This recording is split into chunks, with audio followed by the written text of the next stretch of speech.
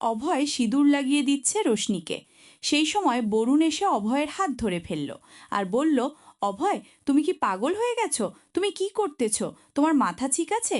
এই আমার সাথে চলো। এই বলে বরুণ অভয়কে রুম থেকে রোশনির সামনে থেকে ছিনিয়ে নিয়ে গেল। এদিকে দেখা যায় যে শ্রদ্ধা অভয় ও তার নিজের একটি ফটো হাতে নিয়ে পুরনো স্মৃতিগুলো কল্পনা করতেছে। পিছন থেকে আমরা দেখতে পাইব শ্রদ্ধার মা এসে বলল, শ্রদ্ধা বেটা, তুমি চিন্তা করবে না, দেখবে মাতারানী ঠিক সব ঠিক করে দেবে। তুমি এই পড়ে থাকবে, কোথাও যাবে না। অভয় হয়তোবা এখন পাগলামি করতেছে, দেখবে একসময় সব সে বুঝে নিবে। শ্রদ্ধার মা আরও বলল, তুমি টেনশন করবে না, তোমাকে সবাই ছেড়ে গেল, আমি ছেড়ে যাব না। এই কথা শুনে শ্রদ্ধা তার মাকে জড়িয়ে ধরল আর কান্না করতেছে। অন্যদিকে দেখা যাচ্ছে বরুণ অভয়কে বাসার বাইরে নিয়ে এসে অভয়কে বলে, তুমি কি কখনো ঠিক হবে না? এই কথা শুনে অভয় রেগে গেল আর বরুণ অভয়ের ভিতরে ঝগড়া লেগে গেল।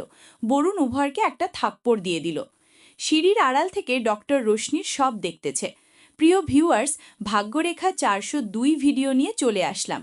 ভিডিওটি ভালো লেগে থাকলে কমেন্ট, লাইক করে পাশে থাকো।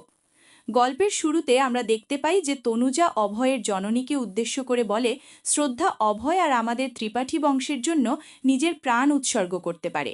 বড় মা, আপনি কিভাবে শ্রদ্ধাকে এই গৃহ থেকে বিদায় করতে চাইছেন?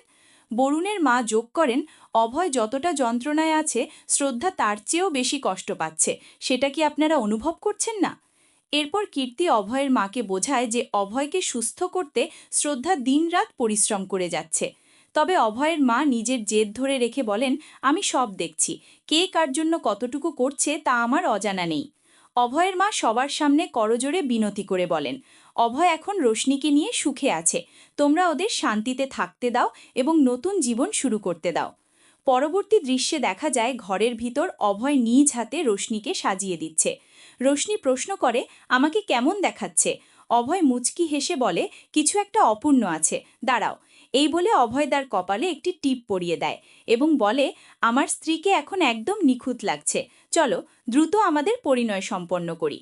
দর্শকরা দেখতে পান যে অভয় যখনই রোশনির সিঁথিতে সিঁদুর ছোঁয়াতে যায় তখনই তার হৃদয়ে শ্রদ্ধার সঙ্গে কাটানো বিয়ের স্মৃতিগুলো ভেসে ওঠে।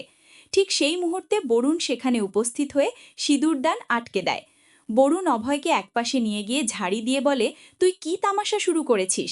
যে শ্রদ্ধা তোকে এত ভালোবাসে তাকে তুই ঘর থেকে বের করে দিলি? অভয় পাল্টা বলে, রোশনি আমার জন্য প্রতীক্ষা করছে, আমাকে বাধা দিস না। গল্পের পরের অংশে দেখা যায় শ্রদ্ধার স্বপ্নে দেখছিল গুদামের ভেতর কীর্তি অভয়কে গুলি করছে। ঘুম থেকে জেগে সে ঘামতে থাকে আর মনে মনে ভাবে, হে ঈশ্বর, এমন অশুভ স্বপ্ন কেন দেখলাম? অভয় আবার বিপদে পড়েনি তো? অন্যদিকে কীর্তি তার বাহিনীকে নির্দেশ দিচ্ছে, সিসিটিভি ফুটেজে যদি বাপ্পার দলের কাউকে দেখা যায় তবে আজই ওদের শেষ করে দেব। তখনই অন্য থানা থেকে সংবাদ আসে যে বাপ্পা গ্যাংয়ের 2 সদস্যকে চিহ্নিত করা হয়েছে। কীর্তি দ্রুত সেখানে রওনা হয়। শ্রদ্ধা যখন তনুজাকে ফোন করতে যাবে তখনই অভয় সেখানে হাজির হয়। অভয় বলে, আন্টি, শ্রদ্ধার সঙ্গে আমার একটি বিশেষ কথা আছে। সে শ্রদ্ধাকে জিজ্ঞেস করে, আমার প্রিয় নীল শার্টটি কোথায় রেখেছ? শ্রদ্ধা বিরক্তি নিয়ে উত্তর দেয়, তোমার পোশাকের খবর আমি কেন রাখব, নিজের ঘরে গিয়ে খোঁজো। ঠিক সেই সময় বাপ্পা গ্যাংয়ের সদস্যরা শ্রদ্ধার বাড়ির নিচে ওত পেতে থাকে। কীর্তি ও তার দল সেখানে পৌঁছে একজন সদস্যকে হাতে নাতে পাকড়াও করে। বাড়ির ভেতরে অভয় ও শ্রদ্ধার তর্কের মাঝে হাঁটতে থাকে। আচমকা শ্রদ্ধা হোঁচট খেলে অভয় তাকে ধরে ফেলে। এতে শ্রদ্ধার চুল অভয়ের শার্টের বোতামে আটকে যায়। অভয় ছাড়াতে গেলে বোতামটি ছিঁড়ে পড়ে। এরপর শ্রদ্ধা অভয়কে ঘরে নিয়ে গিয়ে বোতাম সেলাই করে দিতে থাকে এবং অসাবধানতাবশত তার আঙুলে সূচ ফুটে যায়। ভিউয়ার্স, তাহলে কি অভয় টিপাটি পরিবারের সবার সামনে কি ধরা খেয়ে যাবে? এত বড় একটা গ্যাং পরিচালনা করে নাকি অভয়ের গ্যাং তার নিজের বাসায় চুরি করবে? দেখতে হলে চোখ রাখুন আমাদের চ্যানেলে। ভিডিওটি ভালো লেগে থাকলে মিষ্টি একটা কমেন্ট করে দিয়ে পাশে থাকো।